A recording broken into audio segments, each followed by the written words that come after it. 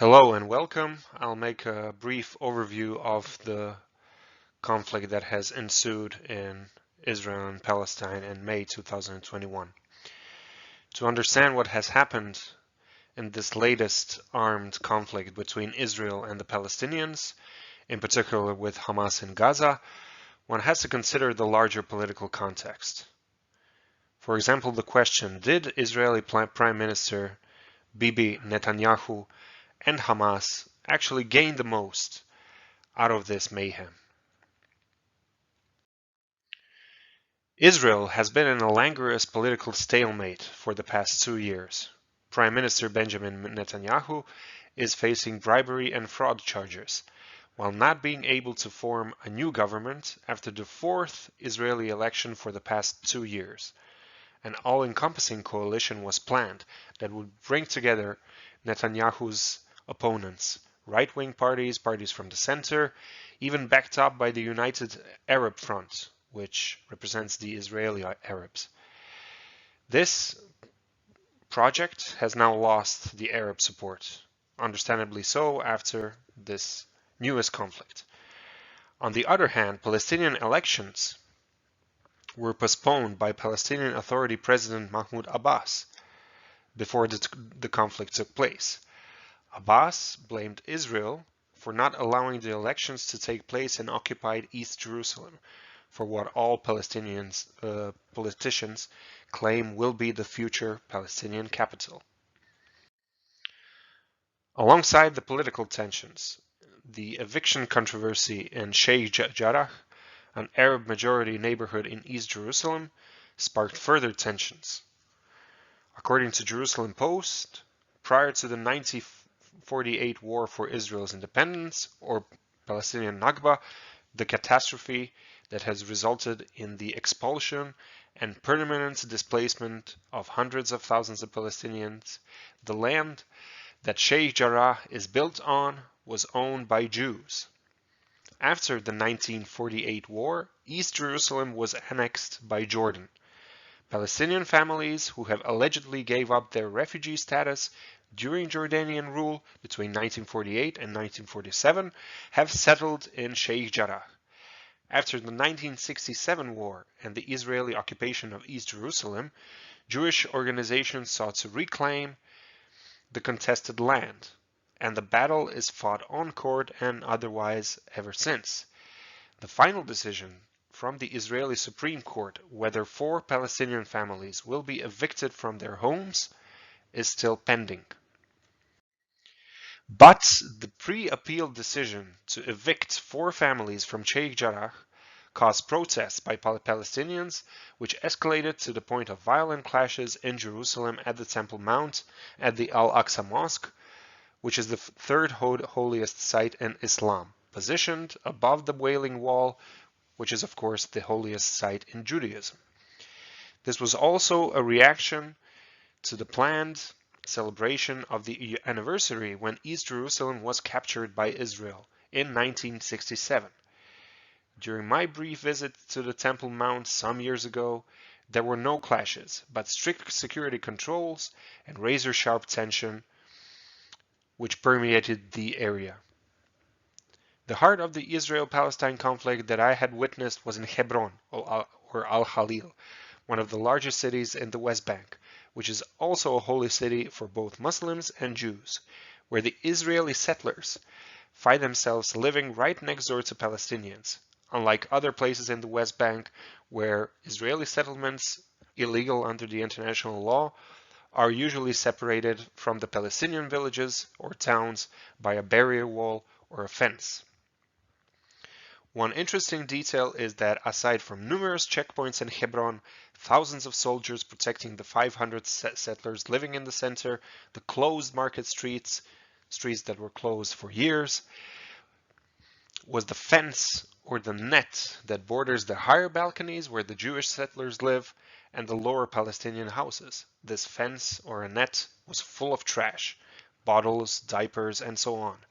The settlers were obviously sending a message to the Palestinians living below. Hamas was also prepared to send a message this May. If the Israelis do not pull out their forces out of Temple Mount, where they were fighting the Palestinian protesters in East Jerusalem, they will attack Israel from the Gaza Strip, where Hamas is the ruling party. And so the war began. The 11-day bombing of the Gaza Strip as a relentless answer to Hamas attacks resulted in many casualties, including women and children. Even though the Israeli Defense Force claims their attacks were precise and warnings were issued to civilians before the strikes, such as this Gaza Tower which hosted media offices like Al Jazeera and the Associated Press, the Health Ministry reports 248 deaths, including 66 children and many more displaced. Protests also erupted in the West Bank and in Israeli towns such as Lod and Akko, with mixed Jewish-Arab population, alongside property damage, which included synagogues. 26 Palestinians died in the West Bank protests. In Israel, 13 were killed as a result of Hamas attacks from the Gaza Strip, which also included Arabs. Throughout the fighting, over 4,300 rockets were fired at southern and central Israel at rates far, far beyond previous rounds of violence, according to Jerusalem Post. Nearly 3 times as high as in the 2014 Gaza war, which saw on average 130 projectiles fired per day, compared to nearly 400 launched per day on average during this month's fighting. According to the IDF, some 3,400 rockets that were launched from the Gaza Strip actually crossed into Israeli territory, while 680 fell short of the border inside Gaza and another 280 landed out at sea. Israel claims that many of these failed rocket attacks by Hamas, where the rockets landed inside Gaza Strip, were causing civilian deaths in Gaza. So the formidable Iron Dome defense system shot 85 to 90% of Hamas rockets. However, Israeli intelligence and national security officials have long warned that Hezbollah in Lebanon, another Israel's key enemy, had a sufficient number of rockets to pound the Jewish state with over 1,000 rockets a day, an amount that could pierce the Iron Dome shield in the future. According to Times of Israel article, the IDF was unable to destroy the lion's share of the terror group's existing arsenals of rockets, which Israeli military officials acknowledge. The IDF destroyed some 850 of more than 15,000 rockets that the terror groups had between them going into the conflict. One of the main goals by the IDF was to strike the infamous Hamas tunnel network, where they storage the rockets. And this was the center point of the Operation Guardian of the Walls. Over the course of 7 raids, the Israeli Air Force destroyed over 100 kilometers of tunnels, which the IDF hopes will force Hamas to reconsider its underground infrastructure.